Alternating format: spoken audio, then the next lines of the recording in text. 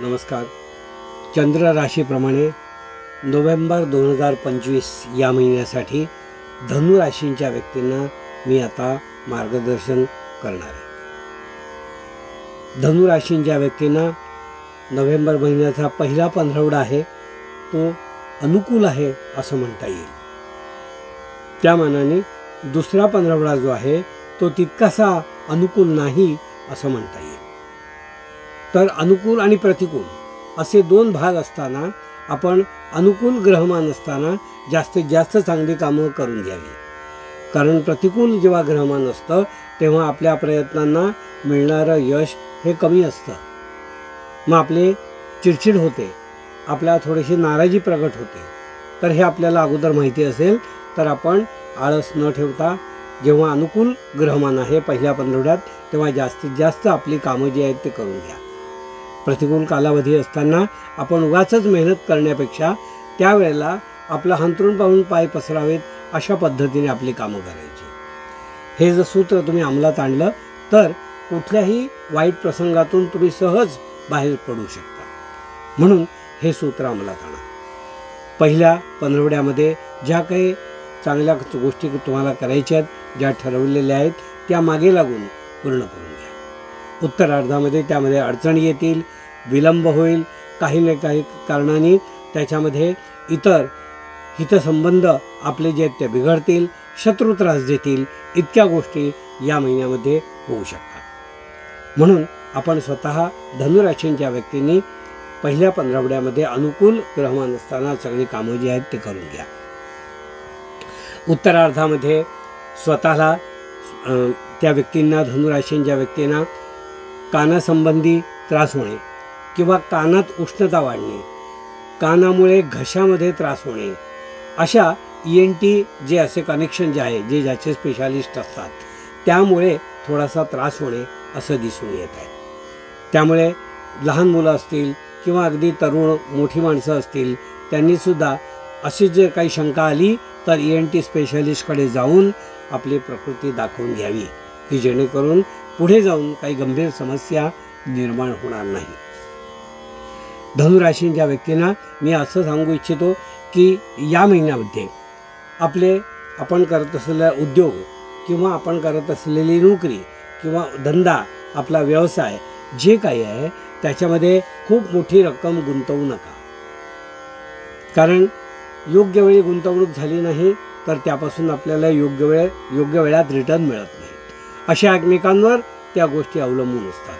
म्हणून जेव्हा अनुकूल नसणारा कालावधी आहे तेव्हा मोठी गुंतवणूक करू नका. जेवढी आवश्यक आहे तेवढीच गुंतवणूक करा. त्यामुळे या महिन्यात उद्योग व्यवसाय करणाऱ्यांनी थोडी टप्प्याटप्प्याने थोडी गुंतवणूक करा. मोठी गुंतवणूक या महिन्यात करू नका. त्याचप्रमाणे जे लेबर क्लास लोक आहेत जे रोजंदारीवर काम करतात त्यांनीसुद्धा या महिन्यामध्ये कामाचा योग्य मोबदला जो आहे तो ताबडतोब घ्यायची सवय लावा. कारण जर पुन्हा घेऊ, उद्या घेऊ, परवा घेऊ असं जर केलं तर थोडंसं त्यामध्ये विलंब होईल आणि त्यांना योग्य वेळी हातात पैसे राहणार नाहीत. तर त्यामुळे ही चूक त्यांनी करू नये. ज्यांचा स्वतःचा उद्योगधंदा आहे, व्यवसाय आहे, अशा लोकांनी उगाचच बाता मारून फुशारक्या मारून आपल्या कामाची व्याप्ती वाढवू नका किंवा फुगवून आपले कुठलीही कामं सांगू नका. ते त्यांच्या नंतर अंगलट येईल, अंगाशी येईल. म्हणून याबाबतीत त्यांनी विशेष काळजी घ्यावी. आपल्या कामाचा आवाका जो आहे त्या आवाक्याप्रमाणेच आपलं प्रेझेंटेशन असावं. उगाच काही फुगवून मोठं करून एखादी गोष्ट सांगण्याचा उपद्व्याप करू नये जे त्यांच्या अंगाशी येईल. या महिन्यामध्ये धनुराशींच्या व्यक्तींना मी पूर्वी बोलल्याप्रमाणे आताही पुन्हा पुनरुच्चार करतोय तर त्यामध्ये कौटुंबिक जो आनंद आहे, सुख जे आहे ते तुम्हाला या महिन्यात निश्चितपणे मिळू शकेल.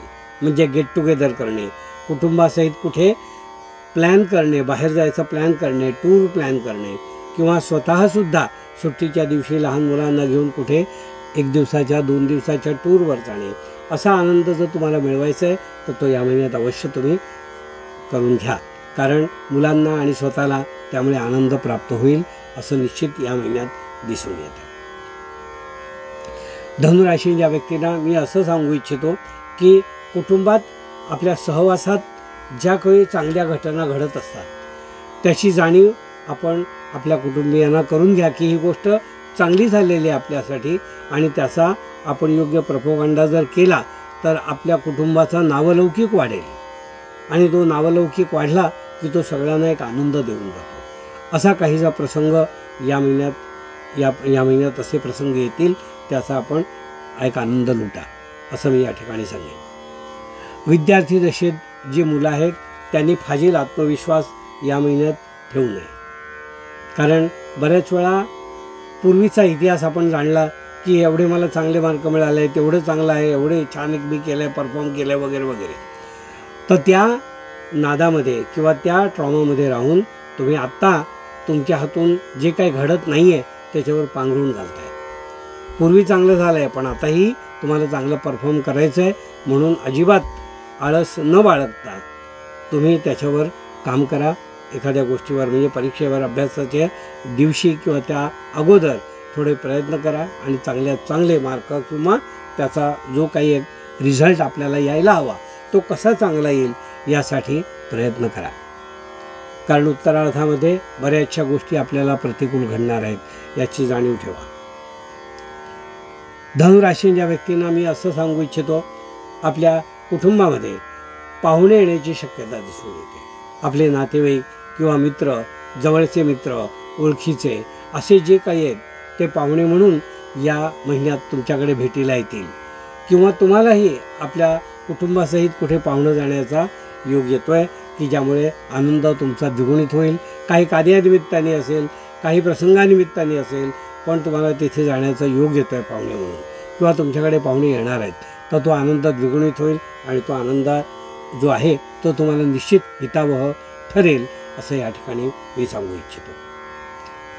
जे पतिपत्नी आपल्या लहान बाळाची अपेक्षा करत आहेत किंवा बऱ्याच दिवसापासून ट्रीटमेंट घेत आहेत त्यांना या महिन्यामध्ये त्या ट्रीटमेंटपासून फायदा होईल, कारण बऱ्याच वेळेला ट्रीटमेंट घेत असतो पण त्याचा काही पॉझिटिव्ह रिझल्ट येत नसतो, तर या महिन्यात हा पॉझिटिव्ह रिझल्ट तुम्हाला या महिन्यात दिसून येईल असे खात्री या महिन्यात दिसून येते।